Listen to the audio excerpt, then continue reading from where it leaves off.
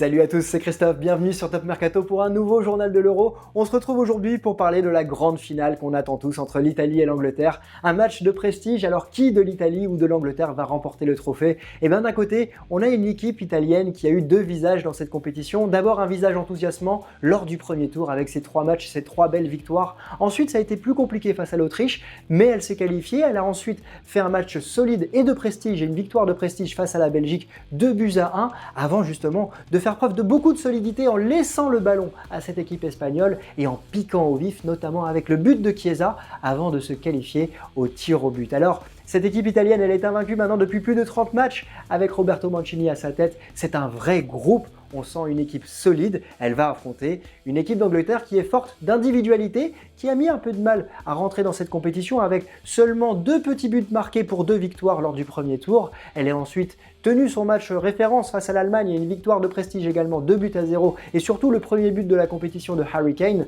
avant de l'emporter 4-0 face à l'Ukraine et d'encaisser son premier but en demi-finale face au Danemark. Mais ce match a été marqué surtout par cette polémique autour de l'arbitrage et cette faute sur Raheem Sterling qui a obtenu un penalty raté d'abord par Harry Kane avant de reprendre le ballon et de qualifier donc cette équipe d'Angleterre pour la grande finale à Wembley, chez elle, devant les yeux de la reine. Alors, dans les clés du match, il y en a 4 ici qui seront importantes. D'abord, évidemment, l'expérience. On a 2 équipes qui arrivent à ce niveau de la compétition pour la première fois depuis très longtemps. D'abord, cette équipe italienne qui va disputer une finale pour la première fois depuis 2012. Et cette finale perdue face à l'Espagne 4-0. Mais surtout, du côté de l'Angleterre, elle va disputer sa première finale depuis 1966 dans ce qu'on appelait déjà la Coupe du Monde de la Reine. Alors cette reine, elle sera présente dimanche à Wembley, théâtre de cette équipe d'Angleterre qui va disputer son 6e match à domicile dans la compétition.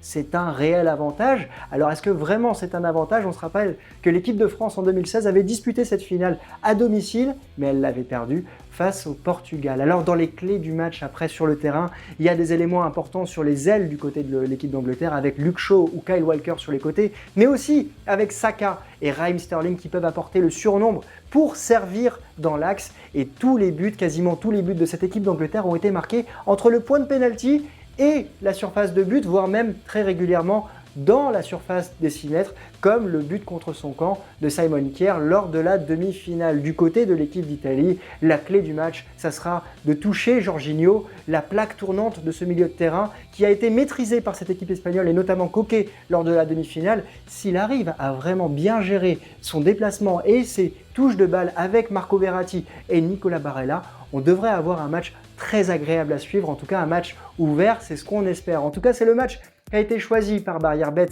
pour le pari du jour, avec évidemment le favori de cette compétition depuis maintenant quelques matchs, c'est l'Angleterre qui est coté pour une victoire finale à 1,78. Du côté de l'Italie, c'est une cote à 1,98. Alors je vous rappelle que Barrière Bet vous offre jusqu'à 250 € de bonus de bienvenue avec le code BETMAX et jouer comporte des risques, on vous rappelle tout ça dans la description. Alors on va vous laisser avec 2 informations clés. La première, c'est de la superstition. Cette équipe italienne, après chaque match, elle a l'habitude de renverser une bouteille de vin et ensuite de toucher la tache de vin et de se toucher l'oreille. Pourquoi ? Parce qu'après le premier match de la compétition face à la Turquie, cette équipe italienne a fait un barbecue et une bouteille de vin s'est renversée. Et depuis ce moment-là, l'équipe d'Italie a remporté l'ensemble de ses rencontres.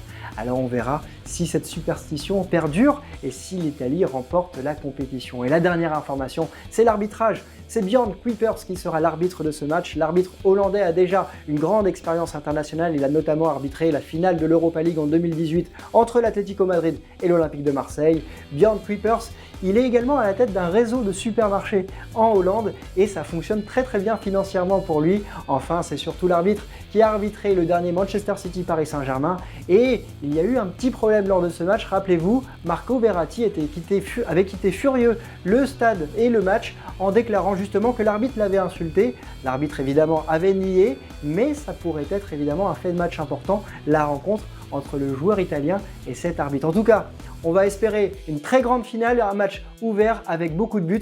Nous, on sera toujours évidemment attentifs à vos pronostics dans les commentaires et on se retrouvera lundi pour la dernière du journal de l'Euro avec le débrief de cette finale et certainement des informations croustillantes sur cet Euro. Je vous souhaite à tous un excellent week-end, préparez bien cette finale et on se retrouve très vite. Ciao!